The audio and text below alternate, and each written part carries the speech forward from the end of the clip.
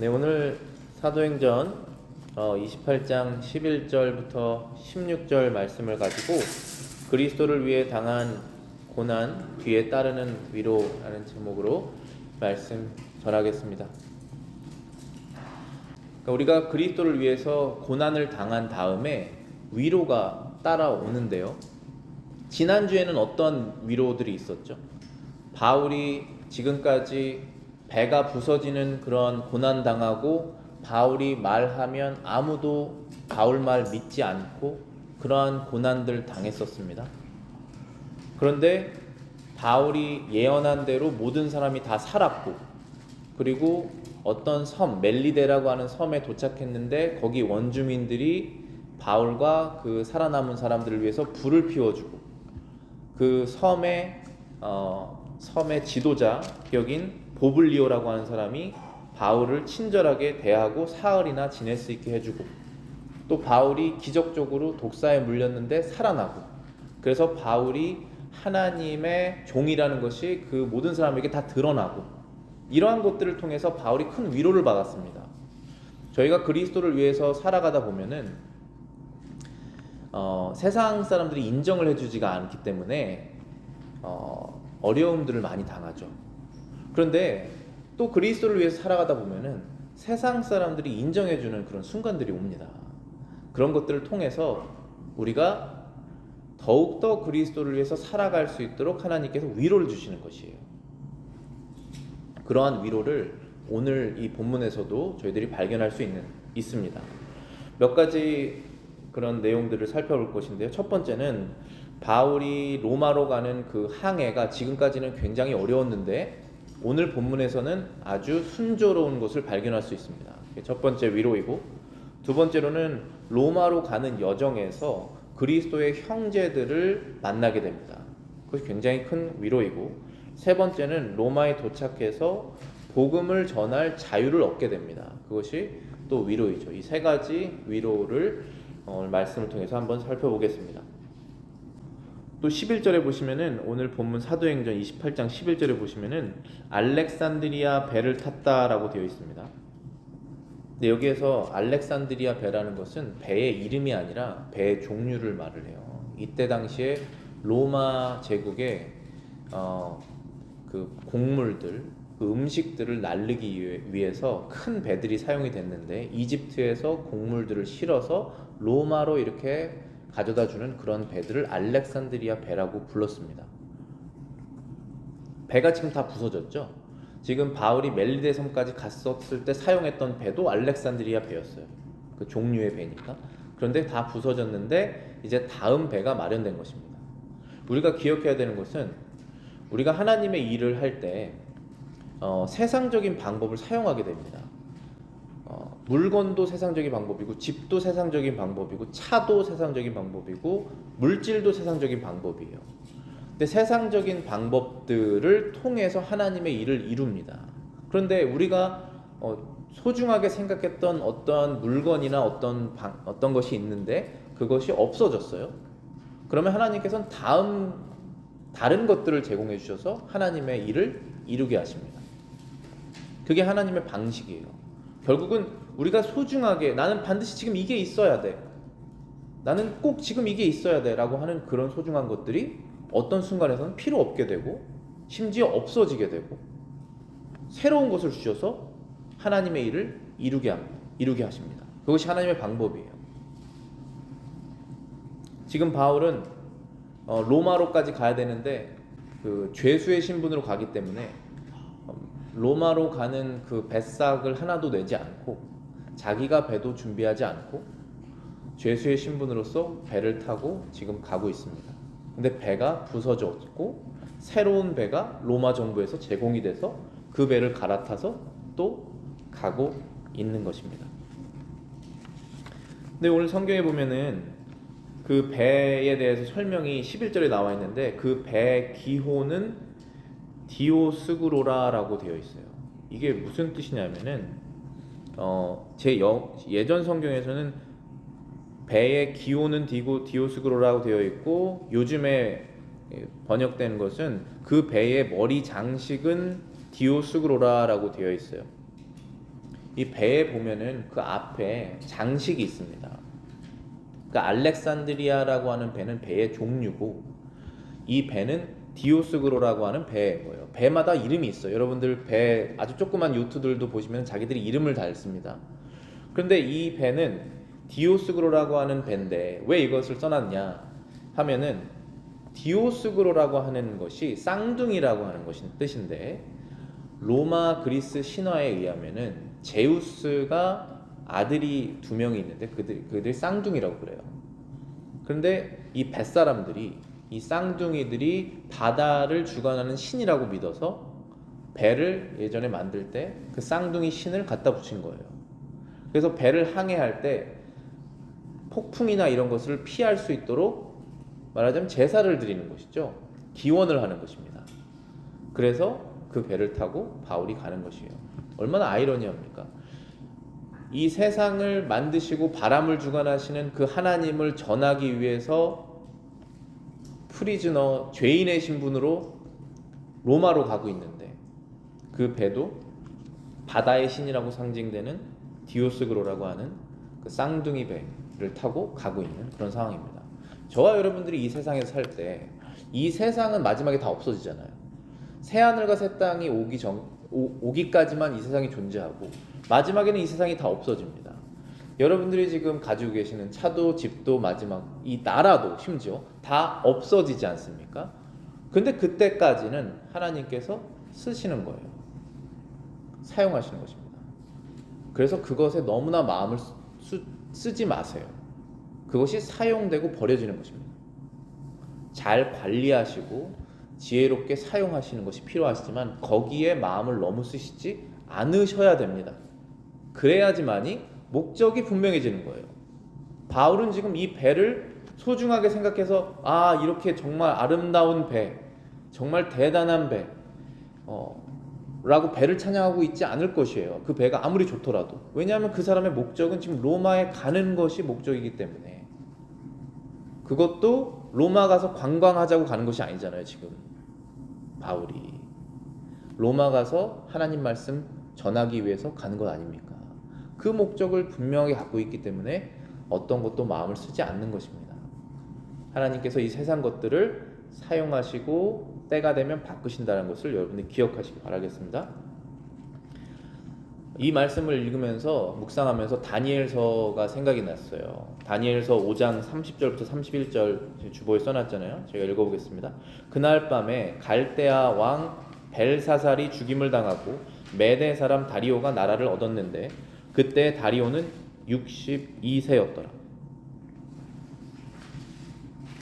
그날 밤에 갈대아 왕 벨사살이 죽임을 당하고 메대 사람 다리오가 그 나라를 얻었다. 그때 다리오는 62세였더라. 지금 한 날 밤에 나라가 바뀐 것이에요. 그 영토를 다스리는 나라가 바뀌었습니다. 하루아침에. 어떤 나라에서 어떤 나라로 바뀌었죠?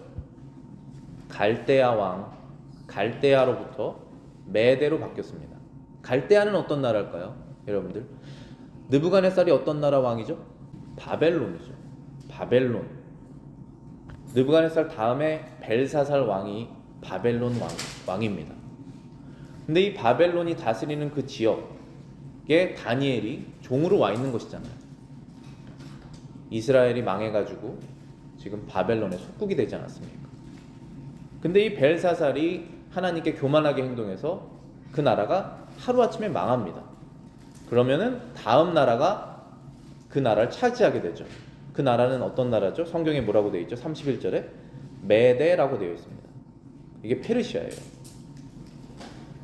하나님께서 한 나라를 성장하게 하시고 사용하셨다가 하루아침에 다음 나라로 바꾸십니다. 그게 하나님께서 하시는 일이세요. 하나님 앞에서 교만하게 행동하는 그런 나라를 단번에 꺾으셔서 다음 나라로 바꾸십니다. 그러면 다음 나라로 바뀌었던 이 메대, 페르시아는 하나님을 공경하는 나라였는가? 그렇지 않죠. 하나님께서 또다시 사용하시는 세상 나라일 뿐입니다. 바울의 알렉산드리아 배가 바울이 탔던 알렉산드리아 배가 완전히 파손되고 또 다른 알렉산드리아 배로 갈아탔는데 그 배도 결국은 우상신 섬기는 배죠. 그런데 하나님께서 사용하시는 것이에요. 그렇게 하나님께서는 세상 것들을 사용하셔서 하나님의 뜻을 이루신다는 것을 우리가 기억해야 됩니다. 이 배를 이제 타서 굉장히 쉽게 북쪽 방향으로 순항하게 됩니다. 13절에 보시면은 남풍이 일어나므로 이튿날 보디올에 이르렀다. 좀 전에도 말씀드렸듯이 밑에서 바람이 불어서 이 배를 북쪽으로 올리는 것입니다. 이 배에 동력이 없잖아요. 이때는 바람으로만 가는 것입니다. 근데 바람을 내가 북쪽으로 가고 싶으니까 남쪽에서 바람이 불었으면 좋겠다. 그런 마음은 있지만 그렇게 바람이 불게 할 수 있는 능력이 없잖아요, 사람이. 그래서 이런 쌍둥이 신 같은 거 믿는 것 아니겠습니까? 그때 당시 사람들이. 근데 하나님께서 하시는 것이에요. 하나님께서 남쪽에서 바람 불게 하셔서 이 배가 이탈리아로 가게 하십니다. 그 전까지는 너무 힘들었어요. 지금 사도행전 27장에 보시면은 그 힘들었었던 내용들이 굉장히 많이 나오죠. 그런 폭풍들이 이제는 다 사라지고 남풍이 일어났습니다. 다 때가 있습니다. 여러분들 전도서 3장 보시면은 하나님의 때가 다 있다라고 말씀하시지 않습니까? 여기 주보에 적어놨습니다. 전도서 3장 1절 범사에 기한이 있고 천하 만사에 다 때가 있다. To everything there is a season 이라고 되어 있습니다. 잘 될 때가 있고 안 될 때가 있고 가야 될 때가 있고 멈출 때가 있고 배가 순항할 때가 있고 배가 폭풍을 만날 때가 있다는 것입니다. 그런데 그것이 다 하나님의 손 아래에 있다는 것입니다. 목적은 하나예요. 배가 못 갈 때도 배가 갈 때도 목적은 하나입니다. 그런데 바울은 그 목적을 정확하게 알고 있었어요. 그것은 하나님의 뜻을 이루는 것입니다. 특별히 예수 그리스도의 복음을 전하는 것입니다. 하나님의 뜻을 내 인생을 통해서 이루는 것입니다. 그것이 목적이죠. 그것은 정해져 있어요. 그런데 어떨 때는 안 될 때가 있고 내가 계획한 것이 계획한 것이라기보다도 내가 해야 되는 것이 잘 안 될 때가 있고 또 내가 해야 되는 것이 순조로울 때가 있고 그렇습니다. 11절하고 12절 읽어보겠습니다. 하나님이 모든 것을 지으시되 때를 따라 아름답게 하셨고 또 사람에게는 영원을 사모하는 마음을 주셨느니라. 그러나 하나님이 하시는 일의 시종을 사람으로 측량할 수 없게 하셨도다. 사람들이 사는 동안에 기뻐하며 선을 행하는 것보다 더 나을 것이 없는 줄을 내가 알았다. 하나님께서 모든 것들을 아름답게 지으셨다. He has made everything beautiful in its time. 하나님이 하시는 때는 모든 것이 아름답다. 반대로 말하면은 내가 내 마음대로 하나님의 뜻을 어겨서 할 때 아름답지 않다라는 것이죠. 우리는 하나님의 때를 찾아야 됩니다. 그 방법은 이 일이 아름다운 결과를 내는가? 아니면 이 일이 결국은 내 욕심을 내서 아름답지 않은가를 보면 되겠죠. 왜냐하면 내가 하는 일은 아름답지가 않습니다. 인상을 찌푸리게 돼요. 그러나 하나님께서 하시는 일은 그때에 아름답게 이루시는 것입니다. 하나님이 하시는 일의 시종을 알지 못하게 하셨다. 자, 하나님이 이 일을 시작하시는구나. 하나님이 이 일 여기에 끝내시는구나. 그 일을 사람이 완벽하게 알 수가 없습니다. 그래서 사람이 하나님 앞에 겸손하게 되는 것이죠. 하나님의 뜻을 계속 찾는 것이잖아요. 순간순간. 그래서 결론이 뭡니까? 12절에 사람들이 사는 동안에 기뻐하며 선을 행하는 것보다 더 나은 것이 없는 줄 내가 알았다. 이 세상을 살면서 고난이 있든 순조롭게 일이 되든 내 계획이 되든 아니면 계획이 이루어지지 않든 그 순간에 선한 것을 선택하면서 기쁘게 하는 것보다 더 나은 것이 없다. 왜냐하면 그것은 항상 하나님의 뜻을 이루기 때문에 라는 것입니다. 그래서 바울은 아주 어려운 순간에서도 그리고 지금 위로받는 순간에서도 늘 똑같이 기쁘게 하나님의 뜻을 행하고 자신을 믿지 않는 사람이든 환대하는 사람이든 나쁘게 하는 사람이든 좋게 하는 사람이든 상관없이 선을 행했다라는 것이죠. 그게 우리가 따라야 될 모습입니다. 두 번째로 바울이 위로받았던 그런 내용은 이제 크리스천 형제들을 만나게 됩니다.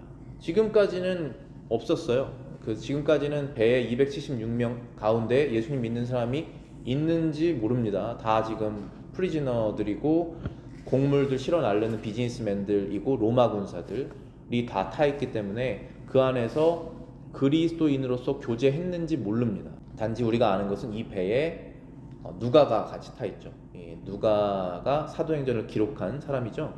누가복음하고 사도행전은 누가가 기록했잖아요. 누가는 바울의 제자입니다.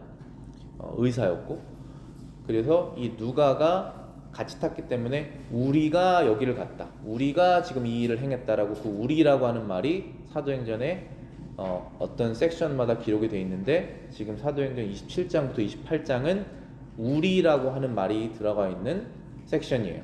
그래서 그거를 위 섹션이라고 부르고, 누가가 같이 동행했었던 여정입니다. 그래서 바울이 누가랑은 같이 교제를 했겠죠. 영적으로 교제를 해서 힘을 얻었을 것입니다. 근데 거기에 더 나가서 이제 바울이 가는 곳마다 그 곳에 사는 그리스도인들이 나와서 바울을 마중 나와요. 그리고 바울에게 환대를 합니다. 그것으로 인해서 바울이 큰 위로를 받았을 것이에요. 성경에도 그렇게 기록하고 있고. 14절 보시겠습니다. 28장 사도행전 28장 14절 거기서 형제를 만났다. 보디올이라고 하는, 지금 로마로부터 아마 한 40마일 정도 될 거예요. 여기가 보디올이라고 하는 그 항구에 도착했는데 거기에서 형제를 만났다. 그리고 저희의 청함을 받아서 7일을 보디올에서 거하다가 로마로 갔다라고 되어 있죠.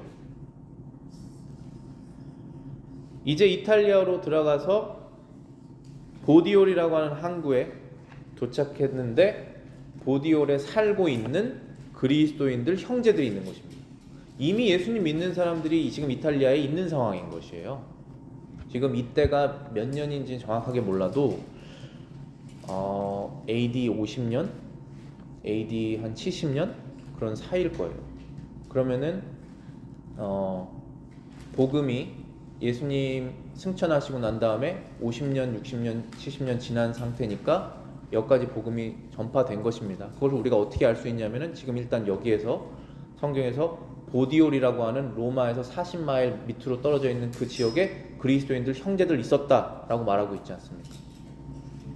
자, 여기 14절에 형제들이라고 나와 있습니다.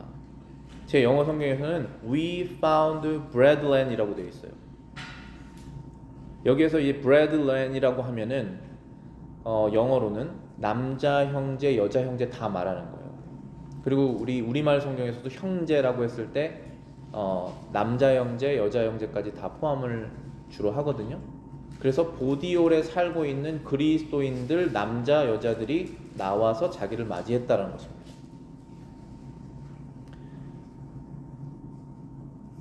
얼마나 기뻤겠습니까? 지금까지는 그런 교제가 없었다가 거기에서 이제 그 형제들과 일주일 동안 같이 지내면서 교제하고 힘들었던 내용들, 그리스도를 위해서 고난당했었던 그런 것들, 하나님께서 이 일을 내 인생 가운데서 이렇게 하셨다는 것들 다 간증했을 거 아니겠습니까?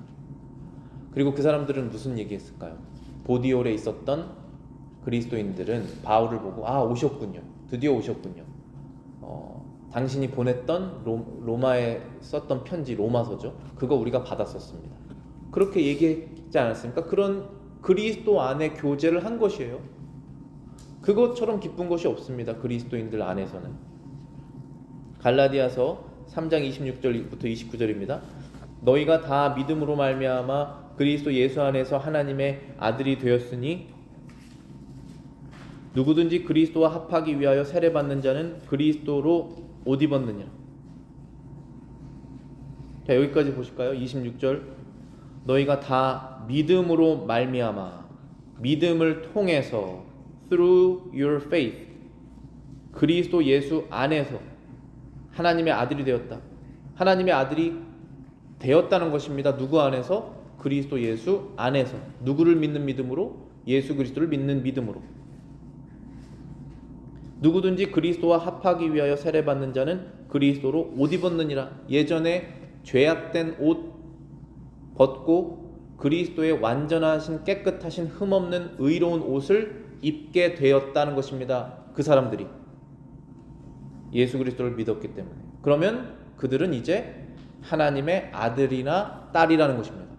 그 뜻은 바울도 그렇게 하나님의 아들이 되었으니 그들도 하나님의 아들과 딸이 되었으니 이제는 너와 나는 형제 자매다 라고 말하는 것이죠. 피 섞이지 않았습니다. 한 번도 못 봤을지도 몰라요, 서로. 그런데 만나는 순간 바로 형제 자매입니다. 여러분들이 이 지역에 사시다가 다른 지역으로 가셔서 사실 수 있잖아요. 그러면은 거기에 친척 아무도 없어요. 친구 아무도 없습니다. 그런데 누가 여러분들의 형제 자매입니까?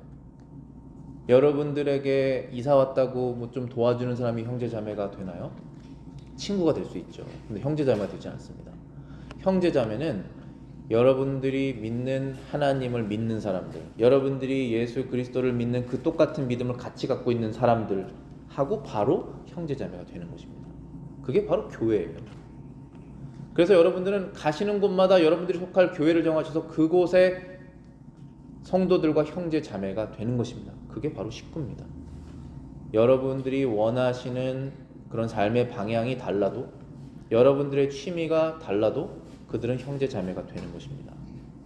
그 모든 것을 뛰어넘는 그 아이덴티티가 있기 때문에 그래요. 그것은 예수 그리스도 안에서 하나님의 아들과 딸이 된 것입니다. 28절에 보시면 이렇게 되어 있죠. 갈라디아서 3장. 너희는 유대인이나 헬라인이나 종이나 자유인이나 남자나 여자나 다 그리스도 예수 안에서 하나이니라. 유대인 헬라인은 인종이고 유대인 헬라인은 구약 신약이고 그들은 문화가 다르고 언어가 다릅니다. 그리고 종이나 자유인이나 신분이 다릅니다. 남자나 여자나 성별이 다릅니다. 하나다라는 것입니다. 얼마나 세상에서 나눌 수 있는 그러한 서로 이 그룹을 나누는 그런 문제들이 많습니까? 그런데 이 사람들은 그리스도 안에서 다 형제 자매라는 것입니다. 뭐 신분에 상관없이, 남자 여자 성별에 상관없이, 사회적 지위에 상관없이 그 우리를 묶는 것이 무엇이냐? 바로 그것은 너희가 믿음으로 하나님의 아들이 되었다. 그리스도 안에서 하나님의 아들이 되었다는 것입니다. 그래서 그것이 제일 중요해요. 그 사람이 누군지를 판단하는 것이. 예수 그리스도를 믿는 믿음으로 하나님의 아들과 딸이 된 사람인가? 그러면 그때부터 교제가 시작이 되는 것이죠. 15절에 보시겠습니다. 사도행전 28장 15절입니다. 거기 형제들이 우리 소식을 듣고 아비오 저자와 삼관까지 맞으러 오니 바울이 저희를 보고 하나님께 살해하고 담대한 마음을 얻으니라. 이제 그 보디올이라고 하는 항구를 떠나서 아비오 저자 그리고 삼관이라고 하는 그 동네로 간 것입니다.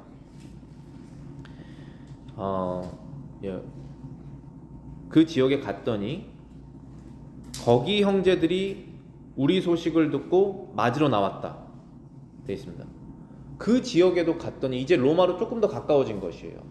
근데 거기에도 하나님 믿는 사람들이 있는 것입니다. 예수 그리스도를 믿는 형제들이 있는 것이에요. 그래서 바울이 갔더니 마중 나왔습니다. 그래서 또 그들과 교제를 한 것이죠. 그래서 바울이 담대한 마음을 얻고 하나님께 살해했다. 이 살해는 감사를 했다는 것이죠. 하나님께 감사했고 그리고 담대한 마음, 용기를 얻었다는 것입니다. 무슨 용기를 얻었을까요? 바울이 로마로 가서 하나님 말씀 전해야겠다라고 하는 용기 얻은 것이죠. 이미 있었던 용기지만 더 커졌다는 것입니다. 힘들었었으니까. 하나님 말씀 끝까지 내가 지켜내야겠다라고 하는 마음이 힘들었었는데 더 용기가 생긴 것입니다. 그 용기는 누구로부터 얻습니까? 그렇게 똑같은 마음으로 살고 있는 사람들을 만났을 때 용기를 얻는 것이에요. 여러분들 정치 집회 가보시잖아요. 그러면은 사람들이 다 동의하지 않는데 나는 이것 맞다고 생각해요. 얼마나 외롭습니까? 근데 거기에서 같이 동의하는 사람을 만났어요. 그러면 힘을 얻잖아요. 근데 그것보다 훨씬 더 강한 것이라는 것이에요, 이것이. 예수 그리스도를 믿는 믿음으로 하나님의 나라에 들어가고자 하는 자, 주님을 위해서 주님의 교회에 헌신하고 하는 자, 헌신하자고 하는 사람들을 만났을 때 거기에서 교제가 시작이 되고 담대함을 얻는 것이죠.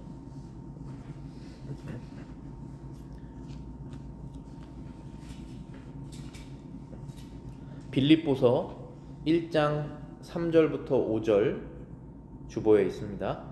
내가 너희를 생각할 때마다 나의 하나님께 감사하며 간구할 때마다 너희 무리를 위하여 기쁨으로 항상 간구함은 너희가 첫날부터 이제까지 복음을 위한 일에 참여하고 있기 때문이다. 바울이 빌립보서를 쓸 때는 감옥에 있었어요. 그때 빌립보에 있는 사람에게 편지를 썼습니다. 내가 너희를 생각할 때마다 나의 하나님께 감사한다. 간구할 때마다 너희 무리를 위하여 기쁨으로 항상 간구함은 너희가 첫날부터 이때까지 복음을 위한 일에 참여하고 있기 때문이다. 자, 여러분들이 지금 교회에 나와서 예배드리고 계신데 여기에서 지내시다가 어떤 한 성도가 멀리 여행을 갔어요. 그런데 여러분들에게 편지를 썼습니다. 그리고 하는 말이 너희를 생각할 때마다 내가 늘 기쁘다. 너를 생각할 때마다 내가 늘 감사하다. 왜냐하면 너는 복음을 위한 일에 참여하고 있기 때문이다. 여러분들은 지금 무슨 복음을 위한 일에 참여하고 계십니까? 복음을 위한 일에 참여할 때 우리가 하나님께 기쁨을 드리는 것이잖아요. 그리고 그것을 하는 사람을 생각하면 우리도 기쁨이 그 사람으로부터 생긴다는 것이죠. 14절입니다. 형제 중 다수가 나의 매임으로 말미암아 주 안에서 신뢰함으로 겁없이 하나님의 말씀을 더욱 담대하게 전하게 되었느니라.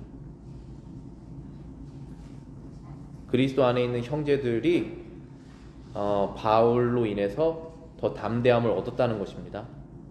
근데 여기에서 바울이 세상에서 잘 되는 것으로 담대함을 얻은 것이 아니라 바울의 매임으로 말미암아라고 되어 있어요.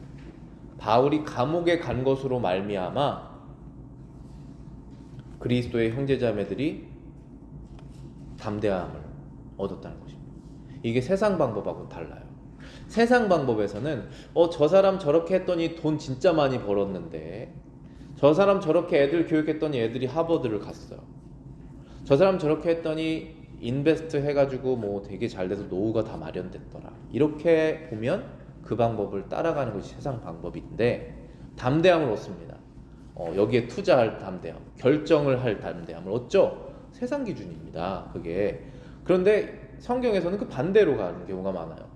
바울이 감옥에 가서 매임을 당한, 감옥에 가 있는 것을 통해서 이 그리스도인들이 담대함을 얻었습니다. 자신의 인생에 결정을 할 때 고민하다가 난 이렇게 해야겠다라고 하는 결정을 바울이 감옥에 간 것을 통해서 얻었다는 것이죠. 칼빈이 이것을 이렇게 해석합니다. 바울의 진지한 마음이 더욱더 불타올랐던 것은 자신의 꾸준한 노력에 대한 보답이 자신에게 돌아오는 것을 목격했기 때문이다. 다시 말해 그는 불굴의 정신을 부여받은 사람으로 인간들의 도움에 의존하진 않았지만 인간적인 수단을 통해서 자신의 백성을 격려하시는 하나님께서는 이런 식으로 그에게 생기를 불어넣어 주셨다. 즉 무슨 말이냐 하면 바울은 늘 진지했습니다. 하나님의 뜻을 이루기 위해서. 그런데 바울이 꾸준하게 노력을 해도 상황이 나아지는 것 같지 않은 그러한 어려운 상황을 겪었어요. 그런데 지금은 바울이 꾸준하게 노력했었던 복음 전하는 일, 편지로서 복음 전하는 일들 이런 거 다 포함해서 그 결과를 보았습니다. 그 결과가 뭐죠? 믿는 사람들을 만난 것입니다. 바울의 복음 전도를 통해서 믿음을 얻은 사람들을 만난 것입니다. 그 결과잖아요. 농사 지었는데 그 이제 얻은 것을 본 거잖아요. 농사 지을 때는 얼마나 힘듭니까? 결과가 안 보이니까. 근데 시간이 지나서 그 결과가 나왔어요. 그래서 그걸로 인해서 기쁨을 얻었다는 것입니다. 그런데 칼빈이 더 이어서 말하는 것은 그런 결과를 못 봐도 바울은 계속 그 일을 했었을 것이다. 꺾이지 않는 사람이기 때문에. 사람들의 도움도 의지하지 않는 사람이다, 바울은. 그런데 하나님께서 이러한 결과들을 보여주시는 이유는 바울을 격려하시기 위해서다. 그래서 더 열심히 주님의 일을 따르도록 그 결과를 보여주신 것입니다. 여러분들이 작정하시는 그 주님을 위해서 하시는 일들이 있을 거예요. 없으시면 하셔야 됩니다. 제발 여러분들 인생을 쓰셔야 돼요. 하나님을 위해서. 근데 어떤 일을 하시는데 결과가 안 보여요. 그럼 얼마나 지칩니까? 그런데 하나님께서 그렇게 내버려 두시지 않으십니다. 왜냐하면 우리가 금방 마음을 바꿔서 그 일을 안 하기 때문에 조금 결과를 보여주세요. 조금. 그럼 이렇게 되는구나 하고 또 진행을 해요. 그러다가 또 어려움을 맞습니다. 결과가 안 보여요. 그런데 또 조금 지나면 결과가 보입니다. 그럼 또 다시 나가게 돼요. 그런 식으로 하나님께서 우리를 격려하시는 거예요. 지금 바울이 가는 곳마다 그리스도인들을 만나서 환영받고 교제하고 하는 것은 그러한 차원의 위로예요. 바울이 계속 그 일을 할 수 있도록. 또 이어서 칼빈이 이렇게 해석을 하죠. 여기 주보 뒤쪽에 있습니다. 하나님께서 그의 종들에게 그들의 수고의 성과를 어느 정도 보여주실 때마다 마치 채찍을 가하듯 그들을 자극함으로 더욱더 임무에 적극적으로 계속하도록 하시는 것이다. 그렇죠. 지금 제가 말씀드린 그 내용이에요. 우리는 다 하나님의 종입니다. 여러분 무슨 일을 하시는지 간에 주님을 위해서 하시기 때문에 그 일을 하실 때 조그마한 성과를 보여주시는 것은 마치 채찍을 가하신다는 것입니다. 더 빨리 가라고. 아이들이 열심히 공부를 했어요. 학교에서 시험을 봤습니다. 테스트를 봤어요. 근데 성적이 나왔어요. 근데 자신이 열심히 공부한 성과가 나왔으면 되는구나 하고 더 열심히 하지 않겠습니까? 근데 요즘에 학교에서는 반대로 가잖아요. 애들 기분 나쁘니까 성적 없애자. 열심히 했는데 성적 안 나온 애들 보면 얼마나 마음이 상하겠느냐. 성적 없애자. 그렇게 해서 애들이 인커리지 되지 않습니다. 오히려 반대로 가죠. 반대로 가야 되는 거예요. 못하면은 못하는 대로, 잘하면은 잘하는 대로 성과가 나와야지 자신의 노력을 보고 자기가 할 수 있게 되는 것이거든요. 하나님께서는 그런 노력을 할 수 있도록 우리를 격려하신다는 것입니다. 결과로서. 마지막 세 번째로는 그리스도의 복음을 전할 자유를 바울이 로마에서 얻게 됩니다. 그것으로 인해서 굉장한 위로를 얻었을 것입니다. 16절입니다. 오늘 본문의 사도행전 28장. 우리가 로마에 들어가니 바울은 자기를 지키는 한 군사와 함께 따로 있게 허락하더라. 이 죄수가 몇 명인지는 모르는데 다 로마 군인들에게 전해졌고 바울만 개인 군사를 따로 붙여서 따로 있게 허락했다는 것입니다. 이게 어떠한 형태의 허락인지는 조금 더 자세하게 나와 있어요. 28장 30절부터 31절에 바울이 온 이태, 2년이라는 뜻입니다. 자기 셋집에 유하며, 셋집은 렌티드 하우스예요. 자기에게 오는 사람을 다 영접했다. 담대히 하나님의 나라를 전하며 주 예수 그리스도에 관한 것을 가르치되 그 많은 사람이 없더라. 바울이 로마에서 2년 동안 셋방을, 이것도 바울이 이제 얻은 방이죠. 거기에서 로마 군인을 하나 붙여줘서 사람들을 많이 만나고 바울이 원하는 복음 전하는 일을 할 수 있는 자유를 얻었습니다. 이거 굉장히 특별한 혜택이죠. 프리빌리지입니다. 이것을 바울이 얻어낸 것입니다. 하나님의 손을 통해서 얻어낸 것입니다. 굉장한 위로를 받았겠죠. 하나님께서 예언하신 대로 너가 로마에서 내 이름을 증거해야 될 것이다 라고 하는 그 주님의 예언이 그대로 이루어지는 것을 통해서 바울은 힘을 얻었을 것이에요. 여러분들 하나님 말씀 읽으시면서 이렇게 되겠구나, 이것이 하나님 말씀대로 하면 이렇게 되는구나 라고 하는 약속은 성경에 있는데 여러분들이 그대로 실천을 하려다 보니까 너무 어려워요. 그러면은 이거 다른 말이겠지라고 생각을 합니다. 그래서 안 하려고 합니다. 그것을. 그런데 오히려 그 말씀을 믿고 계속 진행을 하셔야 돼요. 그래야지만이 하나님께서 때가 되실 때 그 일을 이루신다는 것입니다. 근데 목적이 항상 하나님 중심적인 목적이셔야지 바울처럼 이렇게 늘 이루어지지. 지금 바울이 만약에 내가 지금 로마 이거 군사들 배 통해서 로마 관광 한번 해보자 이런 마음으로 갔으면 그게 됐겠습니까? 그거 아니잖아요 지금. 여러분들 인생 사시면서 내가 하나님 도움 얻어서 내가 꿈꿨던 미국 아메리칸 드림 한번 이뤄보자 뭐 이렇게 하면 하나님께서 이루어주시겠습니까? 그건 세상 사람들이 이룹니다. 그것은 항상 세상 사람들이 이루게 돼 있어요. 왜냐하면 자기가 쫓는 것을 결국은 얻어내게 됩니다. 사람이라는 것은. 근데 우리는 그것이 아니라 이게 미국이면 미국이든 한국이면 한국이든 간에 하나님께서 나에게 주신 상황과 모든 것을 통해서 하나님께서 나에게 명령하신 것을 이뤄내자 라고 하는 것이 목적이 됐을 때 그런 것들을 필요를 더해 주시는 것이죠. 그래야 사용되다가 로마 그 알렉산드리아 배가 파손되면 다른 배로 주시는 것처럼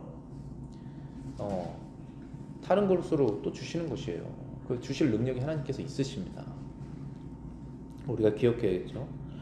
맨 마지막에 주보에 보시면 빌립보서 1장 12절부터 13절이 있습니다. 형제들아 내가 당한 일이 도리어 복음 전파의 진전이 된 줄을 너희가 알기를 원하노라. 여기서 내가 당하는 일은 바울이 감옥에 간 일입니다. 내가 당한 일이 복음 전파에 진전된 줄을 너희가 알기를 원한다.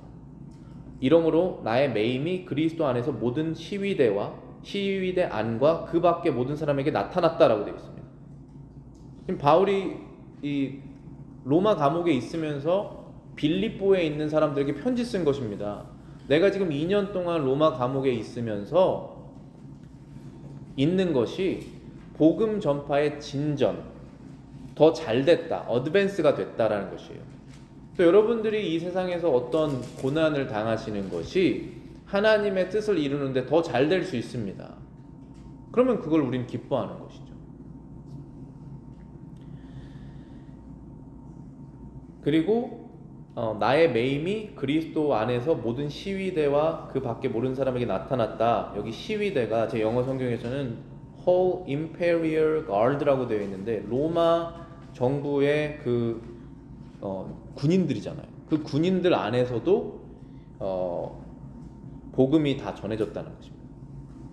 그러니까 지금 바울은 로마에 사는 사람들에게도 다 복음을 전했고 바울을 지키는 군인들도 그 복음을 들었다는 것입니다.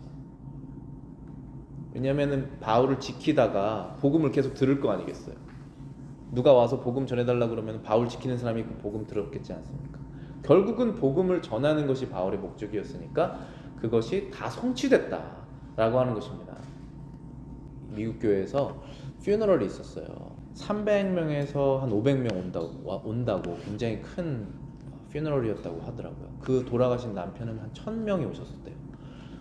그러니까 여러분들 근데 그 1000명이 온 사람이 가족도 있겠지만은 가족이 얼마나 있겠어요. 뭐 그리스도의 교회 안에서 그만큼 임팩을 전했던 사람이라는 것이 뜻이죠. 그게 여러분들이 이제 우리가 살다가 주님께로 가는 날이 오는데 퓨너럴이 열려요.